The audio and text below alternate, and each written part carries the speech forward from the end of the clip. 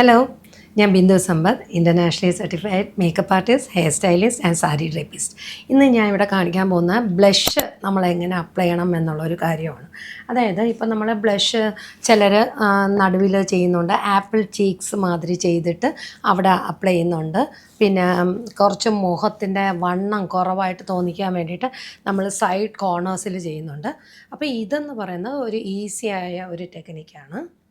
അതായത് ഇപ്പം നമ്മൾ ബ്ലഷ് എടുക്കുന്നു, എന്നിട്ട് നമ്മുടെ ഈ ഒരു ഫിംഗർ ഈ കണ്ണിൻ്റെ അടിഭാഗത്തേക്ക് വയ്ക്കുന്നു. എന്നിട്ട് നമ്മുടെ നേരെ കണ്ണാടി നോക്കുമ്പോൾ നമ്മുടെ കൃഷ്ണമണി വരുന്ന ഒരു സ്ഥലമുണ്ടല്ലോ, ആ സ്ഥലത്തേക്ക് ഇതിങ്ങനെ അപ്ലൈ ചെയ്യുക.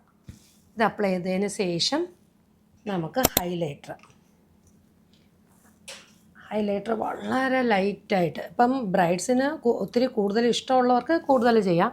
അതിൻ്റെ തൊട്ടടുത്ത് തന്നെ നമ്മളൊന്ന് ഹൈലൈറ്റർ കൂടെ കൊടുത്തതിന് ശേഷം ചെറിയ ഒരു ബ്യൂട്ടി ബ്ലെൻഡറാണ് അത് വെച്ചിട്ട്, അല്ലെങ്കിൽ ബ്രഷ് വെച്ചിട്ട് നന്നായിട്ട് അത് സ്മഡ് ചെയ്ത് കൊടുക്കുക.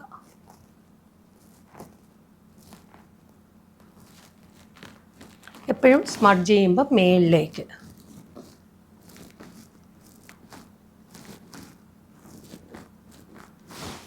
കണ്ടില്ലേ. അപ്പോൾ ഇത് നമ്മൾ പൗഡർ പ്രോഡക്റ്റ് അല്ല ഞാൻ യൂസ് ചെയ്തേക്കുന്ന ക്രീമാണ്.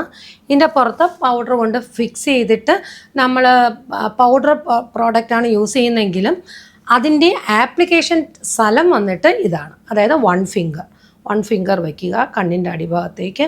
എന്നിട്ട് മിറർ അവരോട് നേരെ നോക്കാൻ പറയാം, നമ്മുടെ ക്ലയൻറ്റിനാണെങ്കിൽ.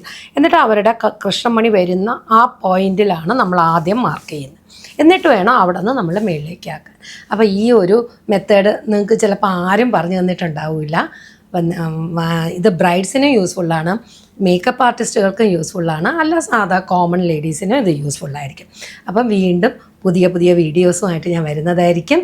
എൻ്റെ പേജ് മറക്കാതെ ഫോളോ ചെയ്യുക, ലൈക്ക് ചെയ്യുക, ഷെയർ ചെയ്യുക. Until then bye.